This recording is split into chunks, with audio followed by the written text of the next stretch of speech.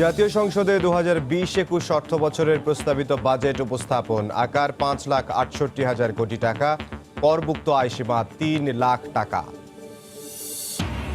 Corona মোকাবিলায় 10,000 কোটি টাকা থোক বরাদ্দ। চরম দৈন্যদশার পরও অবহেলিত স্বাস্থ্য ও সামাজিক সুরক্ষা খাত, ব্যয়ের সক্ষমতা বাড়ানোর তাগিদ। কৃষি ও দেশীয় শিল্প সুরক্ষায় শুল্ক ও ভ্যাট ছাড়ের প্রস্তাব। কমছে স্বর্ণ ও সুরক্ষা সামগ্রীর দাম, খরচ বাড়বে অনলাইন কেনাকাটা, ফোনালাপ ও ইন্টারনেট ব্যবহারে। এবং দেশে করোনায় একদিনে আরও 37 জনের মৃত্যু, নতুন শনাক্ত 3,187, 24 ঘন্টায় সুস্থ প্রায় 850।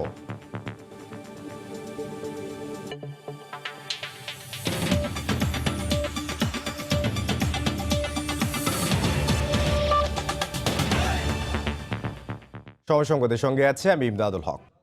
বলা হচ্ছিল এবারের বাজেটের ফোকাস পয়েন্ট হবে করোনার দুর্যোগ। সেই হিসেবে স্বাস্থ্য খাতকেই মনোযোগ দেওয়ার কথা ছিল সর্বোচ্চ, কিন্তু বাজেট বলছে সর্বোচ্চ বরাদ্দের ক্রমে নবম স্থানে রয়েছে স্বাস্থ্য খাত। করোনা সামলাতে বাজেটে থোক বরাদ্দ থাকছে 10,000 কোটি টাকা। তবে করোনা সামলাতে যে 10,000 কোটি টাকা থাকছে, করোনার মহামারীতে বেরিয়ে স্বাস্থ্য খাতের জীর্ণ দশাকে সুস্থতা দিতে স্বাস্থ্যে 3 বছরের মধ্যম ও 10 বছরের দীর্ঘমেয়াদী মেগা প্ল্যান ঘোষণা করা হয়েছে এবারের বাজেটে। আতিকুর রহমান তমাল জানাচ্ছেন বিস্তারিত। হঠাৎ আসা কোভিড-19 তছনছ দেশের অর্থনীতি, জীবন হারিয়েছে বহু মানুষ, জীবিকা হারানোর শঙ্কায় অনেকে। ঝড় এখনো থামেনি, কোথায় শেষ তাও অজানা। অথচ অনিশ্চয়তার পথযাত্রায় জীবন ও অর্থনীতির সংকটের মধ্যেই আগামী অর্থবছরের আয় ব্যয়ের হিসেব করতে হচ্ছে সরকারকে। 2020-21 অর্থবছরের বাজেটের আকার নির্ধারণ করা হয়েছে 5,68,000 কোটি টাকা।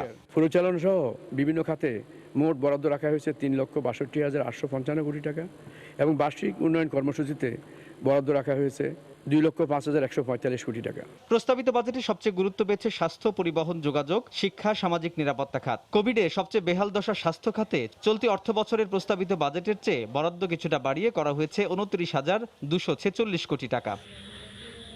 অর্থনীতি বিশ্লেষকরা বলছেন, বাজেট যতটা কোভিড-19 সংবেদনশীল হওয়ার কথা ছিল তা হয়নি।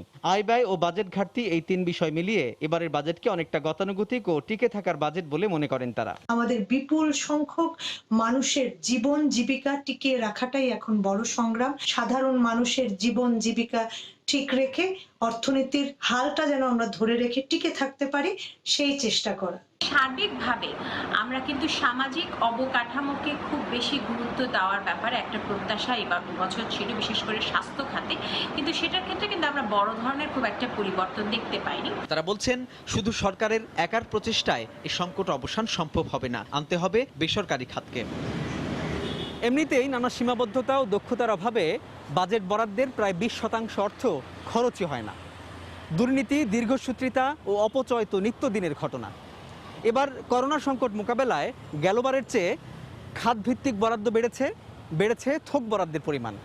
বিশ্লেষকরা বলছেন, ঘুরে দাঁড়ানোর এই বাজেটে যে খাতে যতটুকু বরাদ্দই হয়েছে, শক্ত রাজনৈতিক অঙ্গীকারের ওপর ভর করে দরকার এর যথাযথ বাস্তবায়ন। সাজিদ রাজু, সময় সংবাদ, ঢাকা। আমরা সাজিদ রাজুর বাজেট নিয়ে একটা রিপোর্ট দেখছিলাম। দেশে করোনায় একদিনে আরও 37 জনের মৃত্যু হয়েছে, নতুন শনাক্ত হয়েছেন 3,187 জন। করোনা পরিস্থিতি নিয়ে স্বাস্থ্য অধিদপ্তরের বুলেটিন বিশ্লেষণ করবেন রিপোর্টার আজহার লিমন। গেল বছরের শেষ দিকে চীনে সর্বপ্রথম করোনা রোগী শনাক্ত হয়। বিশ্ব স্বাস্থ্য সংস্থাগুলোর মতে চীনে মোট করোনা রোগীর সংখ্যা 83,000-এর মতো এবং বৈশ্বিক সূচকে 215 দেশ ও অঞ্চলের মধ্যে চীনের অবস্থান 18তম। বাংলাদেশে গেল মার্চে সর্বপ্রথম করোনা রোগী শনাক্ত হয়। 3 মাসের মাথায় বাংলাদেশে করোনা রোগীর সংখ্যা ছাড়িয়ে গেছে 78,000। বৈশ্বিক হিসেবে চীনের পরই বাংলাদেশের অবস্থান 19তম। আজকের বিশ্লেষণে তুলে ধরব কোভিড পরিস্থিতির নানা দিক। শুরুতেই গেল 24 ঘন্টার সার্বিক চিত্র। গেল 24 ঘন্টায় মোট পরীক্ষা করা হয়েছে 15,772 জনের নমুনা, যাদের মধ্যে কোভিড পজিটিভ এসেছে 3,187 জনের দেহে। গেল 24 ঘন্টায় মৃত্যুবরণ করেছেন 37 জন এবং মোট মৃতের সংখ্যা দাঁড়ালো 1,049 জন। গেল 24 ঘন্টায় সুস্থ হয়েছেন 848 জন, এ পর্যন্ত সুস্থ হলেন 16,747 জন। এবারে যাব গেল 7 দিনের শনাক্তের চিত্রে। আমরা 7 দিনের এই চিত্রে দেখতে পাচ্ছি যে গেল 3 দিন প্রায় একই পরিমাণ রোগী শনাক্ত হয়েছে। এখন পর্যন্ত যারা করোনায় আক্রান্ত হয়েছেন এবং মৃত্যুবরণ করেছেন, আমরা তাদের বয়স বিভাজন করেছি, তাতে দেখতে পেয়েছি বয়সে যারা তরুণ তারা আক্রান্ত হচ্ছে সব থেকে বেশি, আর মৃত্যুবরণ করছে বয়সে প্রবীণেরা। এই ছিল আজকের বিশ্লেষণে। 2020-21 অর্থ বছরের বাজেট নিয়ে বাজেট ভাবনায় আলোচকদের সঙ্গে নিয়ে আছেন বার্তা প্রধান তুষার আব্দুল্লাহ। সরাসরি যাচ্ছি তার কাছে।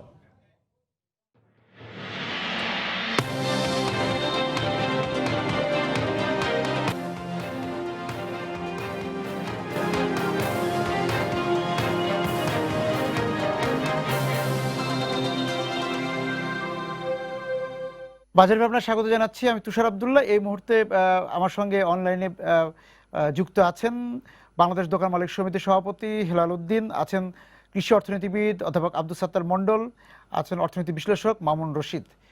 আমাদের সঙ্গে আরও বিশ্লেষকরা যোগ দিবেন। ততক্ষণে আমরা আলোচনাটা শুরু করতে পারি। হেলাল ভাই একেবারেই মানে নতুনভাবে আমাদের সঙ্গে এই পর্বে যোগ দিয়েছেন, সুতরাং হেলাল ভাইয়ের কাছে যেতে চাই। হেলাল ভাই, এই যে 90 দিনের সাধারণ ছুটি, এই যে আমরা যে একটা ছুটির মধ্যে আছি এখন, এই যে ছিলাম, তারপর এই যে দোকান বিপণী বিতান বন্ধ ছিল, একটি নববর্ষ গিয়েছে, ঈদ গিয়েছে, রমজান, ঈদের বাজার, বৈশাখের সব কিছুই কিন্তু এই যে দোকানপাট বা এই যে আমাদের শপিং মলগুলো সে বা ব্যবসায়ীরা সেই সুযোগটি পায় না ঈদ বাজারের এবং নববর্ষের বাজারের। সেই যে ক্ষতি, সেই ক্ষতি পুষিয়ে রাখার ক্ষেত্রে, পুষিয়ে ওঠার ক্ষেত্রে আপনি এই বাজেটকে কিভাবে দেখছেন, এবার যে প্রস্তাবিত যে বাজেট? ধন্যবাদ তুষার ভাই। প্রথমত হচ্ছে যে আসলে আপনি যে কথাগুলো বলেছেন এগুলো আমরা নিয়মিত বলেছি যে আসলে আমাদের গত 3 মাস যাবত আমরা কিন্তু আমাদের পুঁজি হারিয়ে ফেলেছি, এবং আমরা যারা ক্ষুদ্র ব্যবসায়ী তারা তো মানে হারাইছি, এবং যারা ব্যবসায়ী তারাও কিন্তু পুঁজি হারাই ফেলছে। তো এই মুহূর্তে আমরা তারপরেও আমরা রোজার মাসে অল্প কিছু দিনের জন্য আমরা দোকানপাট খুলতে পেরেছিলাম, তাতে কিছুটা আমাদের উপকার হয়েছে, এটা সত্য। বাট এই মুহূর্তে তো আমাদের একদম বেচাকেনি নাই। বিশেষ করে এখন যে সমস্যাটা সেটা হচ্ছে ব্যবসায়ীদের জন্য, যারা ক্ষুদ্রের চাইতে ক্ষুদ্র, অর্থাৎ যারা হকার মানে ফেরি করে যারা বিক্রি করেন, যারা ডাব বিক্রি করে, বাদাম বিক্রি করে, চানাচুর বিক্রি করে, মুড়ি ভর্তা বিক্রি করে, অথবা আপনার ব্যান গাড়িতে করে শাকসবজি বিক্রি করে, ফলমূল বিক্রি করে, তাদের কিন্তু আসলে পুঁজিটা ছিল সব মিলে এই 15 থেকে 20,000 টাকার মধ্যে। এরা কিন্তু গত 3 মাসে বসে খেয়ে ওদের বাড়ি ভাড়া প্লাস বসে খেয়ে ওদের কিন্তু পুঁজি একেবারে শেষ। এখন খুব দ্রুততম সময়ের মধ্যে যদি এদের হাতে পুঁজিটা ফিরে দেওয়া না যায় তাহলে কিন্তু ওরা ওদের পেশায় ফিরে যেতে পারবে না। আমরা এই জন্য গত সপ্তাহে একটা প্রেস কনফারেন্স করেছিলাম। আমরা বলেছিলাম যে ব্যবসায়ীদের জন্য যদি দ্রুততম সময়ের মধ্যে তাদের হাতে কিছু টাকা না দেওয়া যায় পুঁজি হিসাবে, সেটাও ঋণ প্রণোদন। আমরা কিন্তু আসলে কোনোটাই আল্লাহর রাস্তে চাচ্ছি না। একজন ব্যবসায়ী আল্লাহর রাস্তে চাওয়ার কোনো সুযোগও নাই। তো সেই ক্ষেত্রে আমরা চাই আমরা খুব স্বল্প সুদে যদি ওই ব্যবসায়ীদেরকে দেওয়া যেত। ইতিমধ্যে আমরা দেখলাম যে স্টিমুলাস যে প্রোগ্রাম এটা ঘোষণা করা হচ্ছে যে 1 লক্ষ কোটি টাকার যে বাজেটটি কথা বলা হয়েছে, সেখানে 3,000 কোটি টাকা রাখা হয়েছে একেবারে এবং ক্ষুদ্র ব্যবসায়ীর জন্য। দুঃখজনক হলেও সত্য, এটা কিন্তু আসলে ওই ব্যাংকগুলো, ওই মানে অর্থাৎ যারা এনজিও সেক্টরে যারা ব্যাংক পরিচালনা করেন তারা সেটা এত অল্প সুদে দিতে চান না। অর্থাৎ এখানে যদি ওনারা বলছেন যে 9%, এটা কিন্তু নর্মালি 9% নিচ্ছে, তারপরে বলছেন 9% ওনারা পারবেন না। অন্যরা কিন্তু 2%, 3%, কেউ 4.5%, আপনি জানেন যে ওদেরকে ঋণ দেওয়া হয়েছে। ওখানে 9% দেওয়ার পরে ওনারা বলছেন অতি ক্ষুদ্র ব্যবসায়ীদেরকে সেই ঋণটা দেওয়া যাবে না। তো আমার মনে হয় এই জায়গাটা সরকার একটি সরাসরি দিক নির্দেশনা থাকা দরকার যে কিভাবে এই ঋণটা ক্ষুদ্র ব্যবসায়ীরা পাবে। সেক্ষেত্রে প্রয়োজনে সরকার ভর্তুকিটা একটু যদি বাড়িয়ে দেওয়া যায়, তারপরে কিন্তু এই ঋণটা খুব দ্রুত সময়ের মধ্যে ব্যবসায়ীদের পাওয়া দরকার। আর আজকে আমরা যে বাজেটটি দেখলাম, আপনি যেভাবে খেয়াল করেন তুষার ভাই, যদি 2018-19-এর বাজেট দেখেন, 2019-20-এর বাজেট দেখেন, 2020-21-এর বাজেট দেখেন, তাহলে দেখবেন যে সবগুলো কিন্তু 10 to 20% এনহ্যান্স করা হয়েছে। অর্থাৎ একেবারেই মনে হবে যে মানে গতানুগতিক ভাবে এই বাজেটটা কিন্তু আমার কাছে মনে হয়েছে, আমি একজন অর্থনীতিবিদ না, তারপর আমার কাছে মনে হচ্ছে যে তুলনামূলক যদি এভাবে করেন দেখবেন যে একেবারে এটা সাদামাটা বাজেটই এসেছে। মানে সেখানে এই যে আমরা যে এই মহামারীর কোনো মানে এই প্রভাব পড়েনি এই বাজেটে? মানে এই বাজেটে এটা মনে হয়নি এই হ্যাঁ, মধ্যে গতানুগতিক মনে হয়েছে আপনার কথাবার্তা কাছে? হচ্ছিল যে স্বাস্থ্য খাতটা আমরা একেবারে মানে বেহাল করে ফেলছি, স্বাস্থ্য খাতে আমাদের কোনো রকম মানে খেয়ালই ছিল না। সেই ক্ষেত্রে মনে হচ্ছে স্বাস্থ্য খাতে কিছু বাজেট বাড়ানো হয়েছে, তারপরেও মানুষের প্রত্যাশার কাছাকাছি কিন্তু আসে নাই, এবং যেটুকু বাড়ানো হয়েছে তাতে স্বাস্থ্য খাতের দুর্নীতি, অব্যবস্থাপনা এইগুলো যদি না থাকে তাহলে হয়তো বা কিছুটা উন্নত হবে, কিন্তু পূর্বের ন্যায় যদি দুর্নীতি আপনার কাছে একটু জানতে চাই যে এই যে আপনি ঝালমুড়িওয়ালার কথা বললেন, তারপর হাওয়াই মিঠাইওয়ালার কথা বললেন, তাদের কাছে প্রণোদনা বা এই যে আপনি বলেছেন যে ঋণ চান, তাদের কাছে কিভাবে পৌঁছে দেওয়া যাবে বা দেওয়ার ব্যবস্থা করবেন সম্ভব? খুবই সুন্দর প্রশ্নটা করেছেন তুষার ভাই। এরা কিন্তু ইনফর্মাল সেক্টরে কাজ করে, অর্থাৎ এদের কোনো ট্রেড লাইসেন্স নাই, এদের কোনো রেজিস্ট্রেশন নাই। আপনি দেখবেন দেশের বাইরে যেখানে যাবেন, যারা হকারি করছে, ইভেন যারা মুড়ি বানিয়ে বিক্রি করছে, আমরা যেটাকে মুড়ি মশলা বলি, সেটাও দেখবেন তাদের মিউনিসিপ্যালিটি থেকে একটা টোকেন থাকে, যাতে সে বিকেল 5টা থেকে রাত 8টা পর্যন্ত সেখানে সে এই ব্যবসাটা করতে পারবে।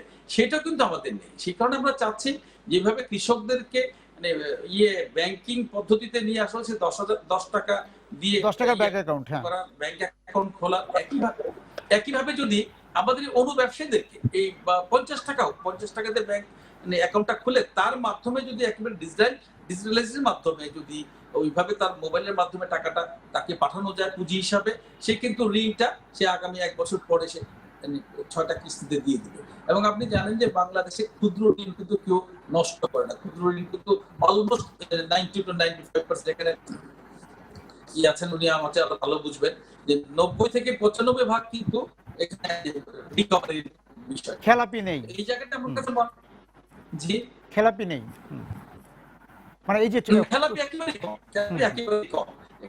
তোমরা আছেন আমার সাথে ভালো। সেই ক্ষেত্রে আমার কাছে মনে হচ্ছে এই বাজেটটি একেবারে আপৎকালীন যে বাজেট সেরকম সাধারণ যে বাজেটটি আমি হেলাল ভাইয়ের কথা ধরে একটু মামুন ভাইয়ের কাছে যেতে চাই যে আপৎকালীন বাজেটের কোনো লক্ষণ এই বাজেটে হেলাল ভাই দেখতে পারেননি, বিশেষ করে যারা একদম অতি ক্ষুদ্র ব্যবসায়ী তাদের জন্য। আমি এই ঋণের কথা বলছিলেন হেলাল ভাই, আমি মামুন ভাই আপনার কাছে যেতে চাই যে সরকার তো ব্যাংক ঋণের উপর নির্ভরশীলতা বাড়বে, সেই ক্ষেত্রে ব্যক্তি খাত কি ঋণ বঞ্চিত হবে কিনা, যেহেতু সরকারের ঋণের চাপ বাড়বে ব্যাংকগুলোতে? ধন্যবাদ। আমি খুব সংক্ষেপে বলি, আপনারা জানেন যে বাজেট এবং প্রণোদনা শুরুতেই বলেছিলাম দুটাকে আলাদা রাখতে হবে। প্রণোদনার বেশ কিছু অংশ আর্থিক ব্যবস্থাপনার অংশ কিংবা আপৎকালীন সহায়তার অংশ। আপনি বাজেটটা সারা বছর ব্যাপী, এবং আমাদের যেহেতু এখন মধ্যমেয়াদী বাজেট কাঠামোতে আমরা বাজেট বাস্তবায়ন করে থাকি, দ্যাট মিনস একটা বাজেট অটোমেটিক আরো 2 বছরের জন্য রোল আউট হয়ে যায়। কারণ প্রকল্পগুলো বাস্তবায়ন করার জন্য গুণগত মানসম্পন্ন প্রকল্প গ্রহণ করা এবং তাকে পরিবেক্ষণ করা, বাস্তবায়ন পরিবেক্ষণ করা এবং গুণগত মান বজায় রেখে আকাঙ্ক্ষিত মানে বাস্তবায়ন করা কঠিন একটা কাজ। সো এই দুটাকে একসাথে মেলানো উচিত না। আমি যেটা হেলাল ভাইয়ের প্রশ্নের উত্তরে যেটা বলতে চাই, কিংবা আপনি যেটা বলেছেন যে শহুরে দারিদ্র কিংবা শহুরে যে শ্রমজীবীরা রয়েছেন, সেটা কিন্তু একটা বিরাট সমস্যা। তাদের কিন্তু স্ট্যাটিস্টিক্স এখনো হয়নি। আমরা শুনেছি যে ব্র্যাক এর মাধ্যমে আগে যেটা 5 লক্ষ ছিল, এটাকে প্রায় 45 লক্ষ লোককে এটার আন্ডার তত্ত্বাবধানে আনা হয়েছে। তারপরে এখন সরকার যদি এনজিও গুলোর সাথে মানে সমান্তরাল ভাবে কাজ করে এই শহুরে দরিদ্রদেরকে কিংবা দিনমজুরদেরকে কিংবা শ্রমজীবীদেরকে একটা তাদের জীবনে প্রণোদনা পৌঁছে দেওয়ার ক্ষেত্রে কাজ করতে পারবে। যদি তালিকাটি গ্রহণযোগ্য হয়, তালিকাটা যদি সরকার গ্রহণ করে, তখন কিন্তু আমরা যেভাবে আমরা প্রণোদনা প্যাকেজ রিলিজ করেছি অন্যান্যদের জন্য, সমপর্যায়ের গ্রামীণ দরিদ্রদের জন্য, তাদের কাছে আমরা কিন্তু ওই যে প্রধানমন্ত্রীর বিশেষ অনুদান 2,500 টাকা, সেটা কিন্তু আমরা ওই বিকাশ কিংবা রকেট কিংবা নগদের মাধ্যমে দিতে পারবো। কিন্তু তালিকাটি প্রণয়ন, তালিকাটি যাচাই বাছাই করা, সেটি একটি বিরাট বিষয়। আর শেষ মুহূর্তে একটি লাইন বলবো, সেটি হচ্ছে যে সামগ্রিক প্রণোদনা বিতরণ কাজের বেশ কিছুটা কিন্তু আবার আসবে থেকেও, আমাদের সামাজিক সুরক্ষা বেষ্টনী থেকেও কিছুটা চলছে সমান্তরাল ভাবে। সেই ক্ষেত্রে ব্যাংকগুলো যে আর্থিক প্রণোদনা ডিস্ট্রিবিউশনের কাজে জড়িত, তাদের মধ্যেও কিন্তু সক্ষমতার অভাব রয়েছে। তারা 1,03,000 কোটি টাকা প্রণোদনা বিতরণের মধ্যে লক্ষ 82,750 কোটি টাকা শুধু বিতরণ হবে ব্যাংকগুলোর মাধ্যমে। সুতরাং ব্যাংকগুলোর কিন্তু একটা বিরাট বেআইন রয়েছে। আর্থিক ক্ষেত্রে সক্ষমতা আরো খেলাপি ঋণ বাড়বে কিনা, টাকা ফেরত পাবো কিনা, কারণ এখানে কিন্তু কোনো ক্রেডিট গ্যারান্টি স্কিম কাজ করছে না। সুতরাং কেন্দ্রীয় ব্যাংকে টাকাটা কিন্তু ফেরত দিতে হবে মেয়াদান্তে, সেটা সুদযুক্ত হোক, প্রণোদনা হোক কিংবা সুদ মুক্ত প্রণোদনা হোক। তো সেই সামগ্রিক বিবেচনায় নিয়ে এই জন্য আমি বারবার বলছিলাম যে আমাদের প্রচলিত আর্থিক কাঠামোকে বিবেচনায় নিয়ে যেমনটি প্রণোদনা কাঠামোকে বিতরণকে বিবেচনায় করতে হবে, তেমনটি বাজেটকে বিবেচনা করতে হবে। আমরা কিন্তু ওভারনাইট দুর্নীতি কমে যাবে না, যেটা মিস্টার হেলাল উদ্দিন বলেছেন। ওভারনাইট আমাদের যে অব্যবস্থাপনার সংকট কিংবা স্বচ্ছতার অভাব রয়েছে সেটি কিন্তু কমে যাবে না। ধন্যবাদ। জি মোহন ভাই, আপনাকে ধন্যবাদ। আমাদের সঙ্গে আমি দেখতে পাচ্ছি যে আমাদের সঙ্গে যোগ দিয়েছেন জাতীয় রাজস্ব বোর্ডের সাবেক চেয়ারম্যান, আমাদের সঙ্গে আছেন আব্দুল মজিদ স্যার। স্যার, আপনাকে স্বাগত। আমি বলতে চাচ্ছি যে আপনার কাছে যাওয়ার যে বিষয়টা, যে রাজস্বের আদায়ের যে লক্ষ্যমাত্রা ঠিক করা হয়েছে এবারের বাজেটে, সেই বিষয় নিয়ে আপনি বলবেন, এবং পাশাপাশি এই যে টাকার রং পরিবর্তন, 10% কর দিয়ে যে কালো টাকা সাদা করা যাবে, এই বিষয় নিয়ে যদি আপনি বলেন।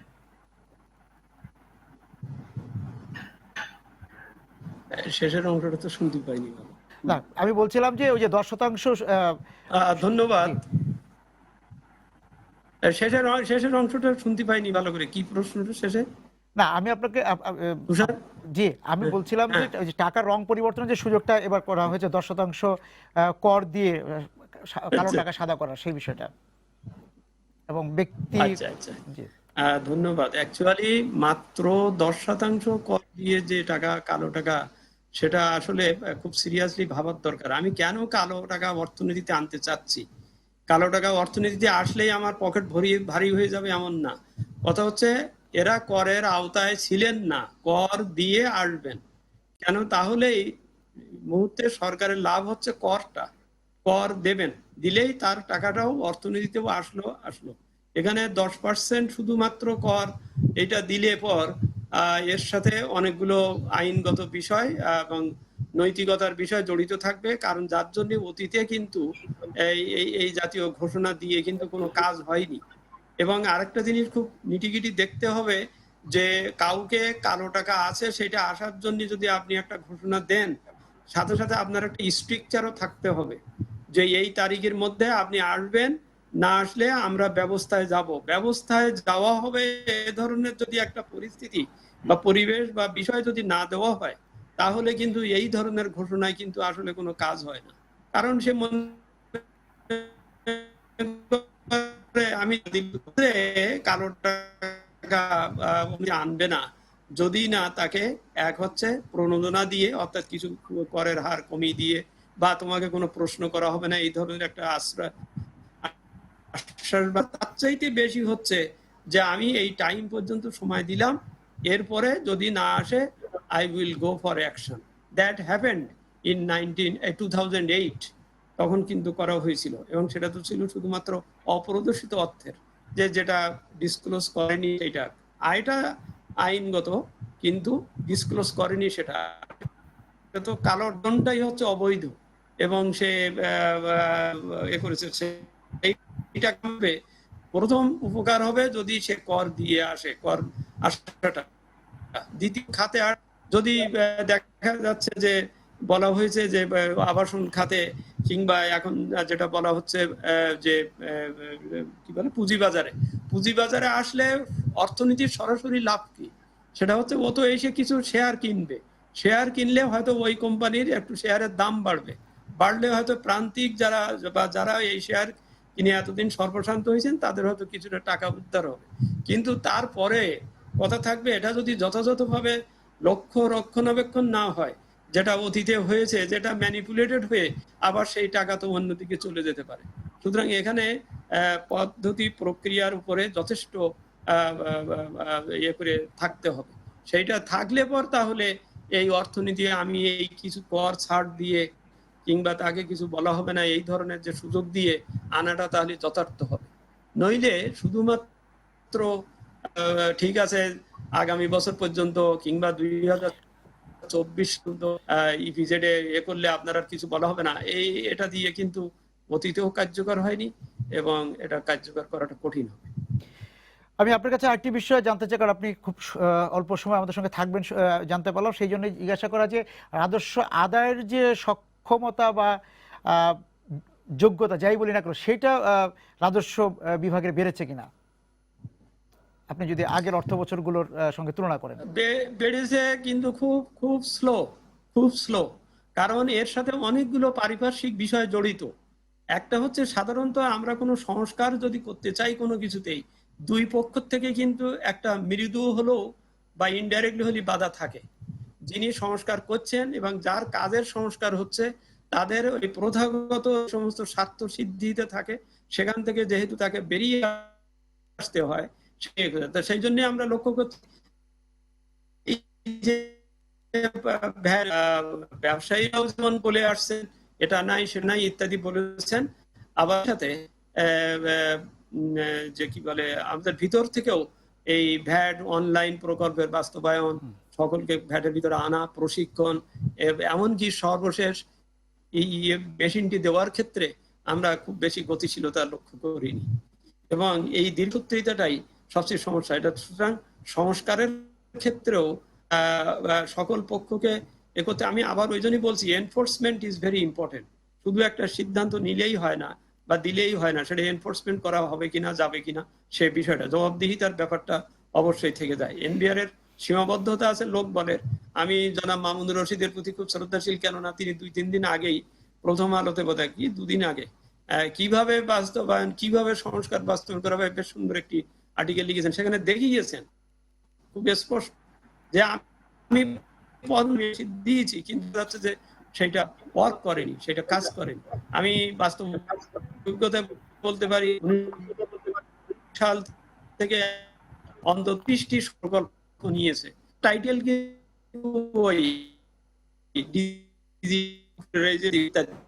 কিন্তু আসলে সেইভাবে বাস্তবায়ন হয়। আপনাকে ধন্যবাদ স্যার। আমরা এই আপনার কথার সূত্র ধরেই আমি নাজনীন আপার কাছে যেতে চাই যে আপা, সক্ষমতার কথা তো বলা হলো, আমরা যদি সার্বিকভাবে বলি যে আমাদের বাজেট বাস্তবায়নের সক্ষমতা, সেটা বার্ষিক উন্নয়ন কর্মসূচি সহ অন্যান্য যে খাতগুলো আছে আমাদের, যেমন এখন খুবই এই মহামারীকালে স্বাস্থ্য খাতেরও যে বরাদ্দ, সেটা বাস্তবায়ন নিয়েও একটা প্রশ্নের মুখে পড়েছে যে এই যে এত খুবই স্বল্প বরাদ্দ, কিন্তু সেটাও বাস্তবায়ন কিন্তু প্রশ্নের মুখে পড়েছে। সার্বিকভাবে আমাদের বাজেটের যে বরাদ্দ, উন্নয়ন বাজেটের বরাদ্দর সক্ষমতা আমরা এখনো মানে অনেক দূরে অবস্থান করছি বলে আপনারাই বলে থাকেন। জি, আসলে সক্ষমতার প্রশ্নটা যখন বলি, দুই ধরনের সক্ষমতা। একটা হচ্ছে যে ব্যয় করা, একটা একদম গ্রস সেন্সে যে টাকা আমি ব্যয় করলাম, অন্যদিকে হচ্ছে যে ব্যয়টা করলাম ওটা দিয়ে অর্জন কি হলো, অর্থাৎ ব্যয়ের গুণগত মান। দুই জায়গা থেকে আমরা বরাবরই কিন্তু বাজেটের সময় বিশেষভাবে এই আলোচনাগুলো করে থাকি, বিশেষ করে উন্নয়ন বাজেটের যে বাস্তবায়ন সেখানে। তো অন্য সময়ে আমরা কিন্তু বিভিন্ন মানে কালের পরিক্রমায় নানান ধরনের কারেকশন, যেমন আগে উন্নয়ন বাজেটের যে একজন প্রকল্প পরিচালকের হাতে কয়টা বাজেট থাকবে এবং সেই প্রকল্প পরিচালক যদি ঠিক মতো সময় মতো বাস্তবায়ন না করেন তাহলে কি হবে, এগুলো কিন্তু সময়ে সময়ে চেঞ্জ হয়ে আসছে। মুশকিলটা হলো আমরা যা কিছু চেঞ্জ করছি কিন্তু তার সাথে সাথে কিন্তু আবার যেমন প্রকল্পের সংখ্যা অনেক বেড়ে যাচ্ছে। এই বছর সেখানে নতুন চ্যালেঞ্জ যোগ হয়েছে, অনিশ্চয়তার চ্যালেঞ্জ। এই যে সরকার বেশ কিছু টাকা হাতে রেখে দিতে হলো কোভিড-19 এর মোকাবেলায় একটা থোক বরাদ্দের মতো, এটার কারণ হচ্ছে আমরা জানি না যে কি আসতে যাচ্ছে সামনে। ফলে এই বছর কিন্তু বাস্তবায়নের চ্যালেঞ্জটাতে আরো নতুন যোগ হয়েছে অনিশ্চয়তার চ্যালেঞ্জ। এবং এই কারণেই আমি বলবো যে এবারে কিন্তু আমাদের এই 20-21 অর্থ বছর আপনি যদি দেখেন যে গত বছরে আমরা যে এখন একটু আগে রাজস্ব আদায় নিয়ে কথা বলছি, যে গত বছরেরও আদায়ে এটা ঠিক আমরা যে সময় 18-19 থেকে 19-20-এ যখন 2.5 লক্ষ কোটি টাকা থেকে 3,77,000 কোটি টাকার টার্গেট ধরা হয়েছিল, আমরা এই অনুষ্ঠানেই বলেছিলাম এটা অনেক বড় টার্গেট অর্জন হবে না। এখন রিভাইজ বাজেটে এসে 3,48,000 কোটি টাকা বলা হয়েছে। একইভাবে বাজেট বক্তৃতায় বলা হচ্ছে যে এ যাবৎ মার্চ মাস পর্যন্ত যে আয় হয়েছে সেখানে মার্চ মাস পর্যন্ত আয় হয়েছে 1,64,000 কোটি টাকা। এখন বাকি 3 মাস এপ্রিল মে জুনে 1,83,925,000 কোটি টাকা, সরি 1,83,925 কোটি টাকা, এইটা অর্জন সম্ভব কিনা মানে টার্গেটে রাজস্ব, সেইখানে যেমন আমার সক্ষমতার প্রশ্ন আছে। অন্যদিকে হচ্ছে আপনি যদি ব্যয়ের জায়গায় দেখেন তাহলে দেখবেন যে অনেক মন্ত্রণালয়ের উন্নয়ন বাজেটের ব্যয় কিন্তু অব্যয়িত হয়ে আছে, অর্থাৎ টাকাটা পুরো ব্যয় করা যায়নি। আমি মনে করি যে এবছর কিন্তু বারবার আমরা যেটা দেখছি, আমি এটা আশাবাদী যে গুণগত পরিবর্তনের বিষয়টা কিন্তু বারবার বলছে, গুণগত পরিবর্তনের বিষয়টা বিভিন্ন সময়ে গত আমি যদি বলি 1-2 মাসে উচ্চারিত হয়েছে যে খরচের সক্ষমতাটা যেন বাড়ে, দুর্নীতি যেন এখানে না হয়। তবে তার পাশাপাশি স্বাভাবিক দুর্নীতি হবে না, কিন্তু সেখানে আমরা কালো টাকা সাদা রাখতে চাই। দুটো বিষয় একটু সাংঘর্ষিক, কারণ জিনিসটাতে কতটা লাভ হয় সেটা তো পরের কথা, কিন্তু আমি কালো টাকা সাদা করার যেভাবে সুযোগ দিচ্ছি এবং সেটা অনেক ক্ষেত্রে আমার যদি এমন সম্পদ থাকে, যাই সম্পদ হোক 10%, কিন্তু একজনের সম্পদ যদি এমন হয় যেটা ট্যাক্স 10-এর চেয়ে অনেক বেশি হওয়ার কথা, কিন্তু সেও কিন্তু সাদা করবে 10%-এ। কাজেই ওই জায়গাগুলোতে আমাদের ভাবতে হবে। কাজে আমরা যখন সক্ষমতার কথা বলছি সেখানে আমাদের আদায়ের সক্ষমতার ক্ষেত্রেও আমরা দেখছি যে চ্যালেঞ্জ, এবং এই বছরেরও টার্গেট যে রাজস্ব আদায়ের, আমার কাছে মনে হচ্ছে 6%-এর যে বাজেট ঘাটতির কথা বলা হয়েছে এটা আসলে আরো বাড়বে। রাজস্ব আদায়ের বিষয়টা আমার কাছে চ্যালেঞ্জিং মনে হয়। এই বছরের যে অবস্থার ভিতর দিয়ে আমরা চলছি সেখানে যদি মানে বড় রকমের কোনো পরিবর্তন ইতিবাচক না হয় তাহলে এত বড় রাজস্ব আদায় হওয়াটা খুব কঠিন। তবে আমি মনে করি যে গুণগত পরিবর্তন, যেটা আমি নিজেও বলছি, মামুন ভাই লিখেছেন, উনি অনেকদিন ধরে চেষ্টাও করছেন, আরো অনেকেই করছেন, কিন্তু এই গুণগত পরিবর্তনের জায়গাটা না হলে এই রাজস্ব আদায়ের সক্ষমতাও হবে না। ব্যয়ের ক্ষেত্রেও আমরা কিন্তু যেটুকু বলছি, সবাই বলছে স্বাস্থ্য খাতের বরাদ্দ বাড়াতে, বরাদ্দ বাড়ালে কি হবে যদি আমার কাঠামোর মধ্যে ব্যয়টা আমরা ঠিক মতো না করতে পারি। এবং ইতোমধ্যে আমাদের কিন্তু এটা যেটাকে বলে একদম অপরিহার্য হয়ে গেছে, স্বাস্থ্য খাতের ক্ষেত্রে এফিসিয়েন্সি বাড়ানোর এখানে আর কোনো মানে ইয়ের সুযোগ নাই, মানে এটাকে বাদ দেওয়ার সুযোগ নাই। আমরা আজকে যা কিছুই পরিকল্পনা করছি, যত প্রবৃদ্ধি ধরছি, যদি এই মুহূর্তে কোভিড-19 এর প্রভাব যতক্ষণ আছে, যদি স্বাস্থ্য খাত আমাদের অর্থনীতির সাথে সাথে না যায়, অর্থাৎ শুধু বরাদ্দ না, বাস্তবায়ন এবং গুণগত মান, তাহলে এই কোনো কিছুই আসলে ঠিকভাবে চলবে না। হ্যাঁ, আমি নীলর্মী আপার কাছে একটু যেতে চাই। নীলর্মী আপা যেখানে শেষ করেছিলেন যে ক্ষুদ্র উদ্যোক্তাদের কথা, সার্বিকভাবে কিন্তু নতুন বিনিয়োগেরও একটু সমস্যা তৈরি হবে। কারণ হচ্ছে যে আমি মামুন ভাইয়ের কাছে জানতে চেয়েছিলাম, মামুন ভাই সেটার উত্তরও কিছুটা দিয়েছেন, যে এই যে ব্যাংকের কাছে সরকারি যখন ঋণ নিতে যাচ্ছে, সরকারের যে চাপ আছে সেখানে ব্যাংকগুলোর উপর যে ঋণ নিবে সরকার, সেই জায়গা থেকে বিনিয়োগ, এই যে প্রাইভেট পাবলিক সেক্টরের যে খাতের যে বিনিয়োগ, সেই বিনিয়োগেও এখানে কোনো শ্লথ গতি চলে আসবে কিনা, বা নতুন বিনিয়োগে কোনো সাহসী ভূমিকা নিবে কিনা বিনিয়োগকারীরা এই সংকটের সময়তে। আচ্ছা, আমি নাজনীনের কথা সূত্র ধরে শুরু করি। আসলে আমার কোভিড-19 পরিস্থিতি বিবেচনায় রেখেই সবকিছু মানে পরিকল্পনায় অংশগ্রহণ করতে হবে, সেই অনুযায়ী আমার বাজেটের বরাদ্দ না, বাজেট ব্যবহৃত হবে। আপনি যদি বাজেট বক্তৃতাটা পড়েন তাহলে দেখবেন যে স্বাস্থ্য খাত ছাড়া অন্য কোন সব জায়গায় যে কয়েকবার কোভিড এর কথা বলা হয়েছে, একটা হচ্ছে পুঁজির বাজার, সেখানে বলা হয়েছে কোভিড পাওয়া পরবর্তী তারল্যের ব্যাপার।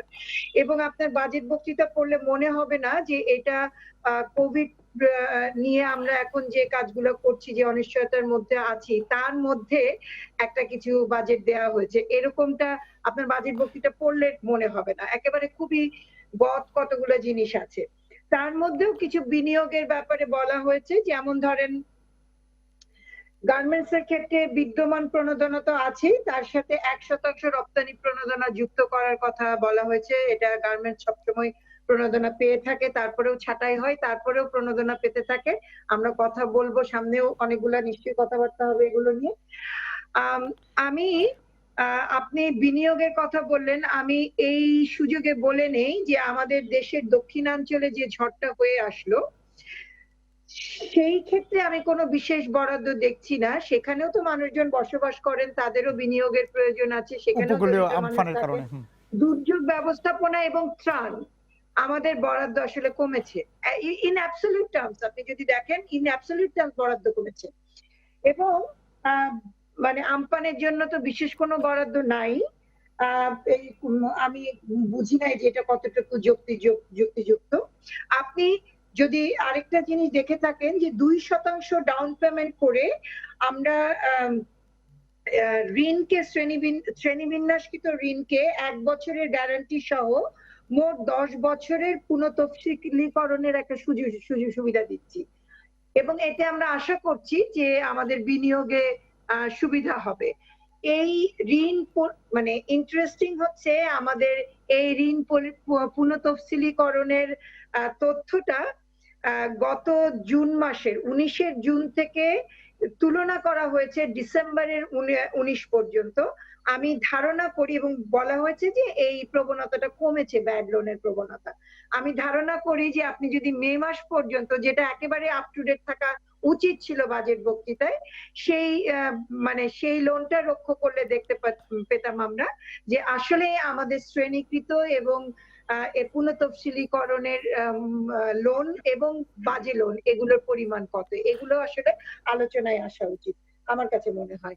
আর ছোট বিনিয়োগকারী, আমি আগেও বলেছি যে পিকেএসএফ এবং অন্যান্য যাদের মাধ্যমে ছোট বিনিয়োগকারীদের দেয়া হবে লোন, বাজারে আপনার চাহিদার বিবেচনায় এই উদ্যোক্তাদের অংশগ্রহণ নির্বাচিত হবে আসলে।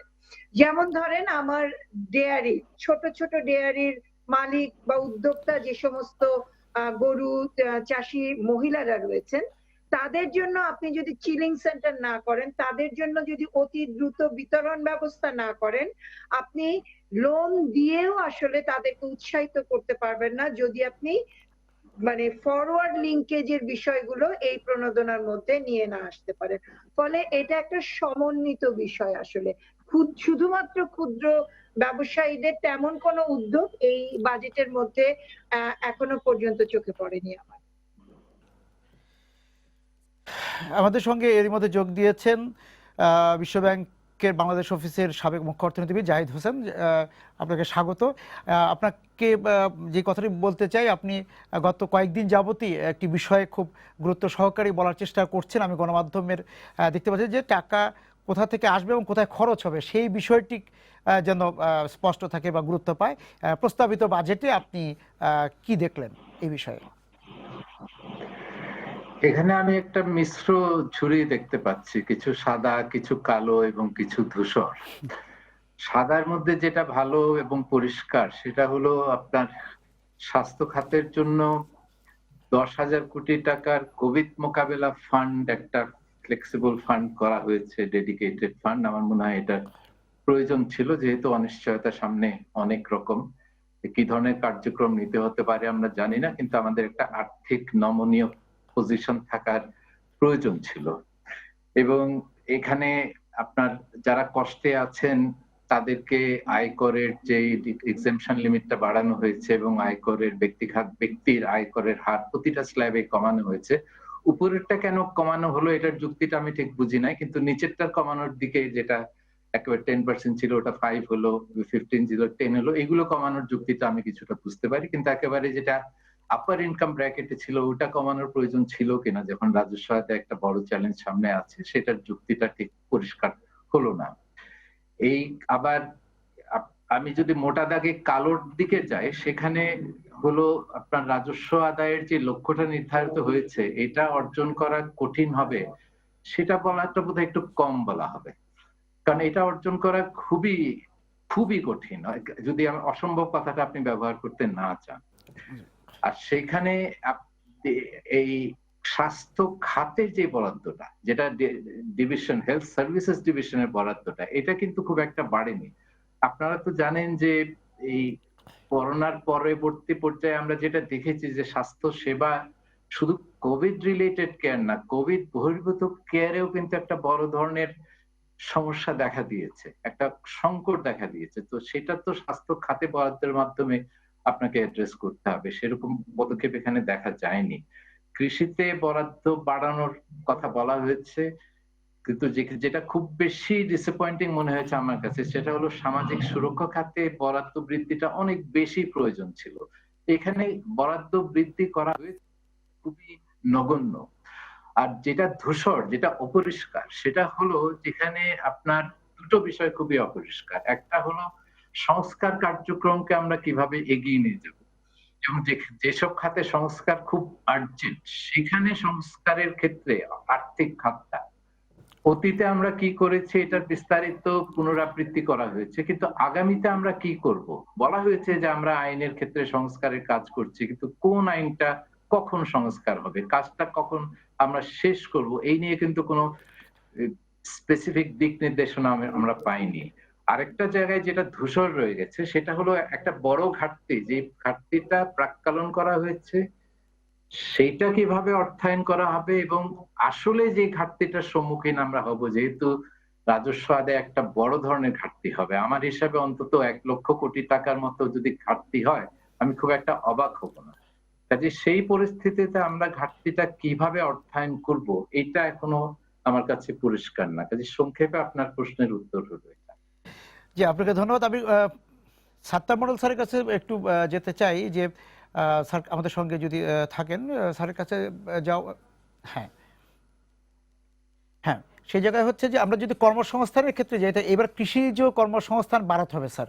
সেই ক্ষেত্রে আপনি আমাদের এবারে প্রস্তাবিত বাজেটে তার কি কি সুযোগ দেখছেন, সুযোগ রাখা হয়েছে বলে মনে করছেন? কারণ যে মানুষ যে কাজ হারিয়েছে সে কাজের একটি বিকল্প কিন্তু কৃষিতে চলে যাওয়ার কথা বলা হচ্ছে।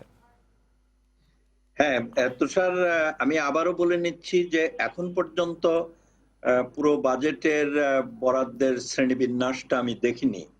আমরা যখন বলি কর্মসংস্থান, গোটা বিষয়টা কিন্তু কৃষিতে, ফসল বা প্রাণী সম্পদ খাতেই সব কর্মসংস্থান সৃষ্টি হবে আমরা কিন্তু ওভাবে বুঝি না। আমরা বুঝি কৃষি এবং গ্রামীণ অর্থনীতি, এর একটা বড় অংশ আছে গ্রামীণ অবকাঠামো এবং কৃষি অবকাঠামো। যে কথা বারবার বলে আসছিলাম, এইবারের জন্য প্রায় 2 থেকে 3 কোটি লোক শহর থেকে গ্রামাঞ্চলে চলে গেছে এবং তারা অনেক আয় রোজগার ইতিমধ্যে হারিয়েছেন। এবং আমরা এটাও বলবার চেষ্টা করছিলাম যে তাদের একটা বিশাল অংশ হয়তো সহসাই শহর অঞ্চলে ফিরে এসে কোনো কর্মকাণ্ড করতে পারবে না, কাজেই তাদেরকে ওই গ্রামাঞ্চলেই থাকতে হবে। এবং ইতিমধ্যে গ্রামাঞ্চলের খাদ্য যোগানের উপরে যে একটা চাপ পড়েছে সেটাও কিন্তু আরো বেশি প্রকট হতে থাকবে। এই অবস্থাতে কর্মসংস্থানটা কোথায় হবে তাহলে? এটি হচ্ছে প্রধান কাজটি। আমি যে পরামর্শটা দেবার চেষ্টা করছিলাম যে এই যে পানি সম্পদ মন্ত্রণালয়, তার অধীনে আপনার হাজার হাজার মাইলের এমব্যাঙ্কমেন্ট এবং বাঁধ নির্মাণ করা হয়েছিল, সেগুলো ভেঙে গেছে, সেগুলো মেরামত করা। আপনার গ্রামীণ সড়ক মেরামত করা, ভেঙে চুরে গেছে, সেটাকে ঠিক করা। বহু হাজা মজা পুকুর আছে, সেচ নালা আছে এবং পানি নিষ্কাশনের খাল আছে, যেগুলোকে খনন করা। এগুলো হচ্ছে সরাসরি ভাবে কর্মসংস্থান তৈরি করা, একই সঙ্গে আবার উৎপাদনমুখী কাজের সঙ্গে সেগুলো সংযুক্ত হয়ে যাওয়া। আমি মনে করি এই জন্যে এই যে পানি সম্পদ মন্ত্রণালয় অথবা পল্লী উন্নয়ন মন্ত্রণালয়, গ্রামীণ অবকাঠামো, এগুলোতে বাজেটে বরাদ্দটা কতখানেক আছে আমি জানি না। আমি আজ করছি যে এগুলোতে হয়তো বা বাড়ানো হবে এবং এই কাজগুলো খুব সহসাই শুরু করতে হবে, এগুলোই হবে কাজ। তা না হলে কৃষিতে কেবলমাত্র এই ধান, পাট, ফসল আর ইত্যাদিতে সকল কর্মসংস্থান তৈরি হয়ে যাবে রাতারাতি, এটা তো আশা করার কোনো কারণ নেই। একটি জায়গার কথা আমি বলছি, খুব একটা ভালো জায়গা এই বাজেটে দেখলাম যে কৃষি যান্ত্রিকীকরণের জন্য 3198 কোটি টাকার বরাদ্দ রাখা হয়েছে। আমি মনে করি উল্লেখযোগ্য একটা বিষয় এটা যেটা আমরা বলে আসছিলাম। এবং এই বরাদ্দটার ফলে যেটি হবে, এই কৃষি যন্ত্রপাতি আমদানি, অভ্যন্তরীণভাবে তার বিতরণ, তার মেরামত, তার ড্রাইভার, তার মেকানিক, ওয়ার্কশপ ইত্যাদিতে যে ব্যাকওয়ার্ড ফরওয়ার্ড লিঙ্কেজটা হবে, সেখানে একটা বিশাল কর্মসংস্থান হবে। এবং সেটা পুরোটা কিন্তু অদক্ষ শ্রমিক না, কিছুটা আধা এবং দক্ষ শ্রমিকের সেখানে একটা কর্মসংস্থান হবে। এবং এটা এই বছরেই শেষ হবে না, এটা হয়তো একটা স্পিল ওভার হয়ে সামনেও এগিয়ে যাবে। তবে আমি মনে করছি যে এই কৃষি যান্ত্রিকীকরণের ফলে ব্যাকওয়ার্ড ফরওয়ার্ড লিঙ্কেজটা যেমন হবে, তেমনি ভাবে কৃষি উৎপাদনের দক্ষতা বৃদ্ধি পাবে এবং সেই কারণে উৎপাদনও কিছুটা বাড়বে এবং তার জন্যও আবার বিপণন ব্যবস্থা, প্রক্রিয়াজাতকরণ ব্যবস্থা ইত্যাদিতে ব্যাকওয়ার্ড ফরওয়ার্ড লিঙ্কেজ হয়ে কিছু কর্মসংস্থান, বেশ কিছু কর্মসংস্থান তৈরি হবে। আমি মনে করি এটা বাজেটের এবার একটা খুব গুরুত্বপূর্ণ একটা দিক এখানে। Thank you. জি, আমি হিলাল ভাইয়ের কাছে যাই। ভাই, এই যে আমরা যে কর্মসংস্থানের কথা বলছি, কাজ হারানোর কথা বলছি, তার একটি বড় অংশ কিন্তু আপনাদের খাত থেকেই কিন্তু সরে গিয়েছে। আমাদের সাত্তার স্যার যেটি বললেন যে অনেকে গ্রামে ফিরে গিয়েছে, সেটাও কিন্তু তার একটি বড় অংশ কিন্তু এই যে আপনি হকারদের কথা বলছিলেন, আপনাদের দোকানের যে কর্মচারীরা আছেন তারা চলে গিয়েছেন এবং অনেক দোকান এই যে ক্ষতিটা হলো, এই যে আপনি বলছেন পুঁজি হারিয়ে ফেলেছে, তা সেখানে যে কর্মসংস্থান ছিল সব কর্মসংস্থান কিন্তু আবার দোকান মালিকরা ফিরিয়ে আনতে পারবেন না, তাই না? সেই ক্ষেত্রে আপনারা আচ্ছা, হেলাল ভাই এই মুহূর্তে আমাদের হারিয়ে ফেলেছে। আমি মামুন ভাইয়ের কাছে তাহলে ফিরে যাই। মামুন ভাই, কর্মসংস্থান নিয়ে যদি আপনি একটি বলেন যে আমাদের কর্মসংস্থানের যে সুযোগ তৈরির ক্ষেত্রে আমাদের অনলাইনের মাধ্যমে এক ধরনের কর্মসংস্থান কিন্তু ওই যে আমাদের কিন্তু একটা প্রচারণাই ছিল যে কাজ মানে চাকরি করব না, চাকরি দেব। এই যে একটা তরুণ গোষ্ঠী, তাদেরও কিন্তু এই যে চঞ্চলতাটা আমরা এই 3 মাসে আমরা দেখতে পাচ্ছি না। তারা হয় পুঁজি হারিয়েছেন, নিরুৎসাহিত হয়েছেন, নানা কিছু। তারপর আমাদের অনেকে নিজেরাই কিন্তু এই যে কৃষি যে খাত বলি বা শিল্প খাতে, তারপর আমাদের এই যে ট্যুরিজম খাতে, হ্যাঁ, সেখানেও কিন্তু যুক্ত হয়েছিল। সব খাতের যে এখন এই দুরবস্থা, সেই ক্ষেত্রে কর্মসংস্থান এবং এই যে আরেকটি যদি বলি কর্পোরেট খাতেও কিন্তু আমরা বিভিন্ন রকম ছাঁটের কথা আমরা গণমাধ্যমে দেখতে পাচ্ছি। সব কিছু মিলিয়ে চাকরির নিরাপত্তা, কর্মসংস্থানের নিরাপত্তা নিয়ে যদি আপনি বলেন। ধন্যবাদ ডক্টর জাহিদ হোসেনকে স্বাগত জানাই এই পর্বের আলোচনায়। ওনার কথা কিছুটা শুনলাম, সো উনি হয়তো বলবেন। সেটি হচ্ছে যে কর্মসংস্থানে তো এই ধরনের অতিমারিতে কিংবা মহামারীতে চাকুরির উপরে অনিশ্চয়তা, শহুরে দারিদ্র কিংবা আমাদের অর্থনীতির যেহেতু 85% প্রায় হচ্ছে অনানুষ্ঠানিক খাত, সেখানে আবার তার মধ্যে আবার দরিদ্র জনগোষ্ঠী কিংবা শ্রমজীবী কিংবা দিনমজুরের সংখ্যা অনেক বেশি। সো আমাদের কিছুটা ফ্লোটিং জনগোষ্ঠী, কিছুটা হচ্ছে বিদেশ ফেরত জনগোষ্ঠী এবং স্বনিয়োজিত জনগোষ্ঠী এবং প্রাতিষ্ঠানিক খাতে যে নিয়োজিত জনগোষ্ঠী আছে। তো প্রাতিষ্ঠানিক খাতে জনগোষ্ঠী যারা নিয়োজিত আছেন, সেই ক্ষেত্রে কোনো ছাঁটাই হলে ওই প্রতিষ্ঠানটি যদি সরকারের কোনো প্রণোদনা গ্রহণ করে থাকে, তারা সেটা পারেন না। বিভিন্ন দেশে আইন করা হয়েছে, নির্দেশ দেওয়া হয়েছে, যারাই সরকারের কোনো প্রণোদনা নিবেন তারা কিন্তু শ্রমিক ছাঁটাইয়ের আগে তাদেরকে সেই ধরনের দায়বদ্ধতা নিতে হবে। দ্বিতীয় হচ্ছে তা না হলে তারা যদি কোনো টাকা নিয়ে থাকেন ওই টাকাটি ফেরত দিতে হবে। তৃতীয় বিষয়টি হচ্ছে প্রাতিষ্ঠানিক খাতের ক্ষেত্রে যে সকল কিছু বুঝিয়ে আমাদের শ্রম আইনে যে বিধিবিধান রয়েছে সেই বিধিবিধান পালন সাপেক্ষে যদি কোনো ছাঁটাই হয়ে থাকে, লে অফ হয়ে থাকে কিংবা ক্ষণকালীন ছাঁটাই হয়ে থাকে, সেটা আমাদেরকে ওই আইনের আওতায় কভার করতে হবে। এবার আসি অনানুষ্ঠানিক খাতে। আমাদের বাজেট বক্তৃতায় যদিও গতানুগতিক বাজেট, তারপরও 4টি তো আমরা মনোযোগের ক্ষেত্রে আমরা দেখেছি যে স্বাস্থ্য, কৃষি, তারপরে হচ্ছে সামাজিক সুরক্ষা এবং কর্মসংস্থান সৃষ্টি। কর্মসংস্থানটি যেহেতু আমরা বলেছি আমাদের অর্থনীতি ধীরে ধীরে প্রাইভেট সেক্টর লেড অর্থনীতির দিকে যাচ্ছে, সেই ক্ষেত্রে কিন্তু সরকারের প্রণোদনা কিংবা সরকারের প্রাতিষ্ঠানিক প্রণোদনা ছাড়া ডিরেক্টলি এমপ্লয়মেন্ট জেনারেশনের সুযোগ খুব কম। সেই ক্ষেত্রে সরকার যেটি করে থাকে অন্যান্য দেশের আলোকে, সেটি হচ্ছে যে প্রতিষ্ঠানগুলোকে সহজ শর্তে ঋণ দেওয়া, অর্থায়ন করা কিংবা একদম যারা চাকুরিচ্যুত হয়েছে তাদেরকে প্রণোদনা কাঠামোর মধ্যে আনা কিংবা সামাজিক সুরক্ষা বেষ্টনীর মধ্যে আনা ছাড়া আর বিকল্প কোনো প্র্যাকটিস আমরা কিন্তু বিভিন্ন দেশে দেখি না। সেই ক্ষেত্রে 2 ধরনের প্রণোদনা পৌঁছাতে হবে, কিংবা আমাদের ডিরেক্ট যদি কোনো এইড দিয়ে থাকে আমরা সেই এইডটা পৌঁছাতে হবে, এনজিওদের সাথে কাজ করতে হবে, ক্ষুদ্র ঋণ সংস্থাগুলোর সাথে কাজ করতে হবে, আর সরকারের প্রণোদনা যেগুলো আর্থিক প্রণোদনা ব্যাংকগুলোর মাধ্যমে সেটা যাতে সঠিক লোকের কাছে যায়, সেটাকে দেখভাল করার দায়িত্বটুকু কিন্তু ইনডাইরেক্টলি পরোক্ষভাবে ব্যাংকের দায়িত্ব। কারণ টাকা যদি ফেরত না আসে, ব্যাংকগুলোকে কিন্তু এই যে 50,000 কোটি টাকা তাদেরকে আবার বিপরীতে 25,000 কোটি টাকা সরকারি কেন্দ্রীয় ব্যাংক থেকে তাদেরকে তারল্য দেওয়া হয়েছে, সেটা কিন্তু যথারীতি পুরো টাকাটাই ফেরত আনতে হবে এবং কেন্দ্রীয় ব্যাংকের টাকাও ফেরত দিতে হবে। তো সেই ক্ষেত্রে দুটো জিনিসই কাজ করতে হবে, একটা হচ্ছে অপ্রাতিষ্ঠানিক, এটা প্রাতিষ্ঠানিক। এবং প্রাতিষ্ঠানিক ক্ষেত্রে যেমন ব্যাংকগুলা কাজ করবে, অপ্রাতিষ্ঠানিক ক্ষেত্রে আমরা কিছুটা শুরু করেছি, 3,000 কোটি টাকা আমরা ডিসবার্স করব এনজিও গুলোর মাধ্যমে। বাংলাদেশ ব্যাংকের বলেছে, দিয়েছে, টাকা দিবে তারা তারল্য। এইটাকে আরো কিভাবে বিস্তৃত করা যায়, সুসংহত করা যায়, সেই চেষ্টাটা করতে হবে। কারণ আমাদের কিন্তু আরেকটা জিনিস ডক্টর জাহিদ হোসেন একটুখানি বলেছেন, হয়তো পরে আরো বলবেন, যে আমাদের কিন্তু আরেকটা জিনিস আমাদের দেখা এখনো বাকি আছে। আমাদের শুধু ইতালি কিংবা সৌদি আরব কিংবা অন্যান্য সিঙ্গাপুর কিংবা দক্ষিণ কোরিয়া থেকে লোকজন যারা ফেরত এসেছিল জানুয়ারি, ফেব্রুয়ারি, মার্চ মাসে, তারা যেতে পারেনি।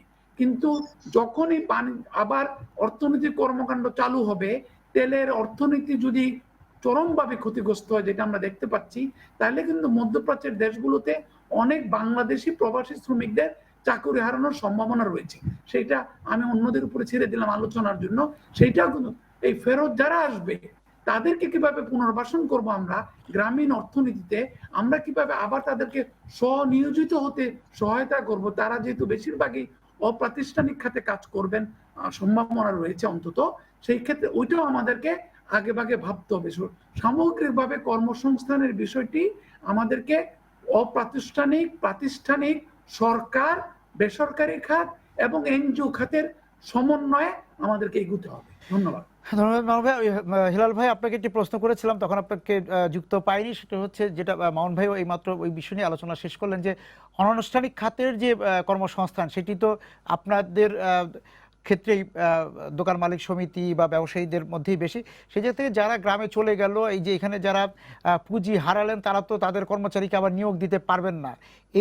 এই বিষয়টি আপনার কাছে জানতে চাচ্ছি, যে একটি বিপণী বিতানে হয়তো 6 জন কর্মচারী ছিলেন, সেখানে তো 2 জনের নামিয়ে আনবেন। তো এই যে আপনার এখান থেকে যে একটি কর্মসংস্থানের যে একটা যে সুযোগ হয়েছিল, আমাদের অনেক বিপণী বিতান হয়েছে, অনেক রেস্টুরেন্টগুলি হয়েছিল, সেই জায়গা থেকে আপনি যদি বলেন এই ক্ষতি পুষিয়ে নেওয়ার। তো সবাই ধন্যবাদ। প্রথমত হচ্ছে যে আসলে আমরা এখনো কর্মচারী ছাঁটাই করতে শুরু করি নাই এবং সেই সম্ভাবনা খুব বেশি নেই। আমরা চেষ্টা করছি, আমরা সার্ভাইভ করলে আমাদের কর্মচারীরা সার্ভাইভ করবে, কারণ আমাদের কর্মচারীরা খুবই আমাদের আপনজন। এই কারণে যে আমাদের কর্মচারী কিন্তু ওই কারখানার কর্মচারীর মতো না, আমরা সারাদিনই ওদের সঙ্গে একত্রে বসে ব্যবসা বাণিজ্য করি। সেই ক্ষেত্রে আমরা চেষ্টা করছি ওনাদেরকে সঙ্গে রেখে কাজ করার জন্য। এখানে যে কথাগুলো আমি একটু আলোকপাত করতে চাই, সেটা হচ্ছে এই যে এনবিআর এর কথা বলা হচ্ছে, এবার এনবিআর কে আবার 3,82,016 কোটি টাকা মধ্যে রাখা হচ্ছে, এনবিআর থেকে আরোহণ করা হবে। এটা কি করে আপনি জানেন? দুঃখজনক হলেও সত্য, আপনি বাজেট পাস হবে একরকম, এনবিআর যদি আবার মনে করে যে সেই ক্ষেত্রে, আপনি শুনতে পাচ্ছেন? জি পাচ্ছি, শুনতে পাচ্ছি হিলাল ভাই। এনবিআর যদি সেই ক্ষেত্রে, হ্যাঁ, এই এনবিআর যদি সেই ক্ষেত্রে মনে করে যে না, তারা ওই তাদের রাজস্ব আদায়ের জন্য যে কোনো রকম পরিবর্তিত পরিস্থিতি তারা গ্রহণ করতে পারেন। একটা উদাহরণ দিলে আপনি বুঝবেন। আমরা 2019-20 সালে আমরা বারবার প্রায় 8 বছর যুদ্ধ করে আমরা জিনিসটা প্রতিষ্ঠা করেছিলাম। সেটি হচ্ছে যে আমরা বলেছিলাম যাদের 50 লক্ষ টাকা পর্যন্ত যাদের বাৎসরিক টার্নওভার, তারা ভ্যাটের আওতার বাইরে থাকবে। এবং মাননীয় প্রধানমন্ত্রী ঘোষণার পরে গত বছর বাজেট এটাকে পাস করা হলো। বাজেটে পাস করার পরে আমাদের মতো ক্ষুদ্র প্রতিষ্ঠানগুলো অনেকগুলো সামাজিক প্রোগ্রাম নিলাম, মাননীয় প্রধানমন্ত্রী সহ অনেককে ধন্যবাদ দিলাম, ইত্যাদি ইত্যাদি করলাম। এরপরে দেখা গেল এনবিআর একটা এসআরও দিয়ে বলা হলো যে না, ওই ইয়েটা সংশোধনটা পাস হচ্ছে, সেটা এখন স্থগিত করা হচ্ছে, প্রত্যেকে ভ্যাটের আওতায় আসবে। আমরা তখন হতভম্ব হয়ে গেলাম। আমি নাজনীন আপার কাছে যাই। নাজনীন আপা, এবারের এই যে 2020-21 যে প্রস্তাবিত যে বাজেট, অর্থ বছরের যে বাজেট, সেখানে যে জিডিপির বা প্রবৃদ্ধির যে লক্ষ্যমাত্রা কথা বলা হয়েছে, সেটিকে আপনি চ্যালেঞ্জ হিসেবে দেখছেন কিনা এই মহামারী কালের মধ্যে অবস্থান করে?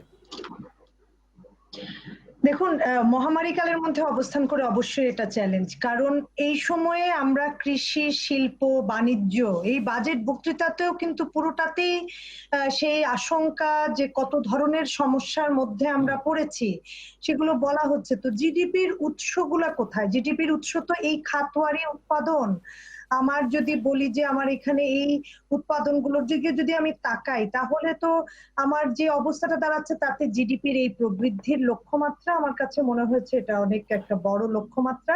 এমনকি এই সময়কার অন্যান্য আন্তর্জাতিক সংস্থাগুলো যে যে প্রাক্কলন গুলো দিয়েছে, সেখানে তো আমরা 3-4 দিন আগেই দেখলাম ওয়ার্ল্ড ব্যাংকের জুন মাসের একটা প্রাক্কলনে বলা হচ্ছে যে 1.6% মতো হবে জিডিপি প্রবৃদ্ধি।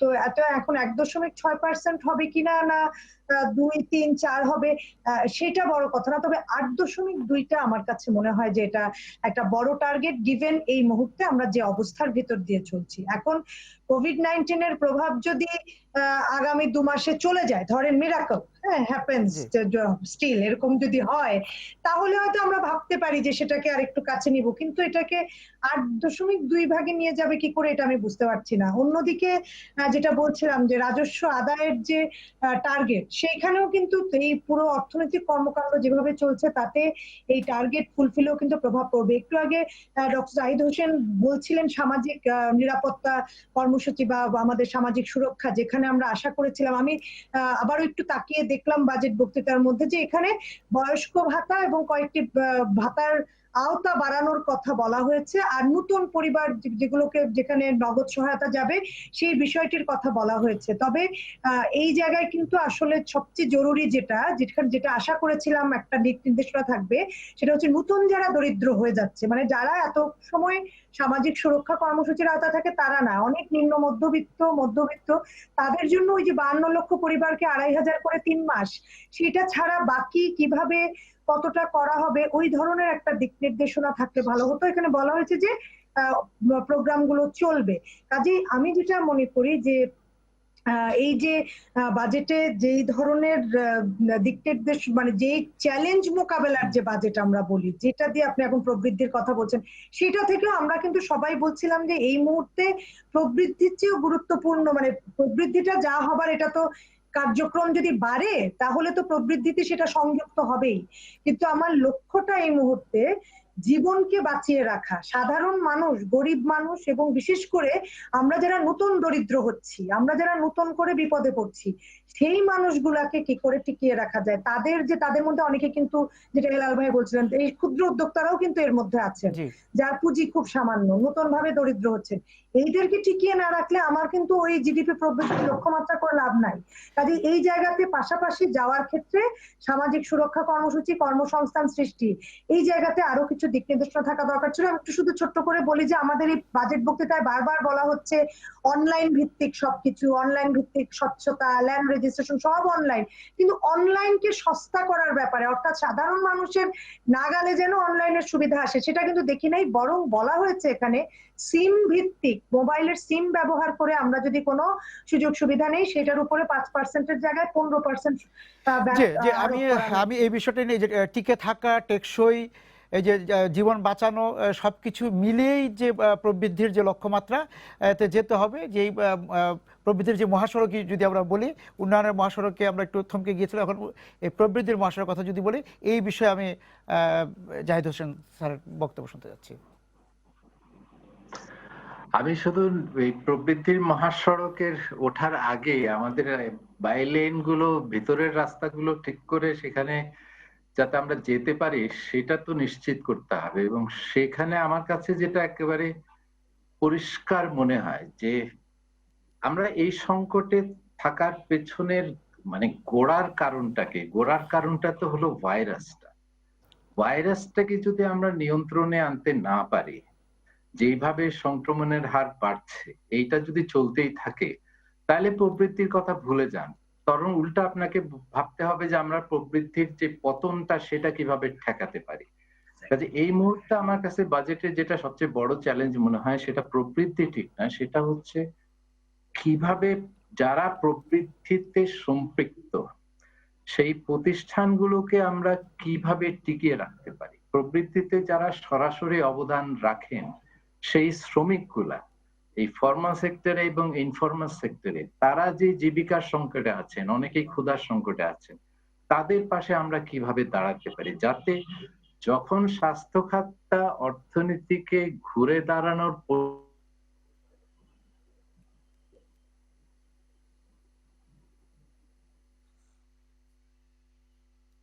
এই বিষয়ে যদি নীলরমী আপা বলেন যে এই প্রবৃদ্ধির চ্যালেঞ্জ নিয়ে আপনি কিভাবে দেখছেন?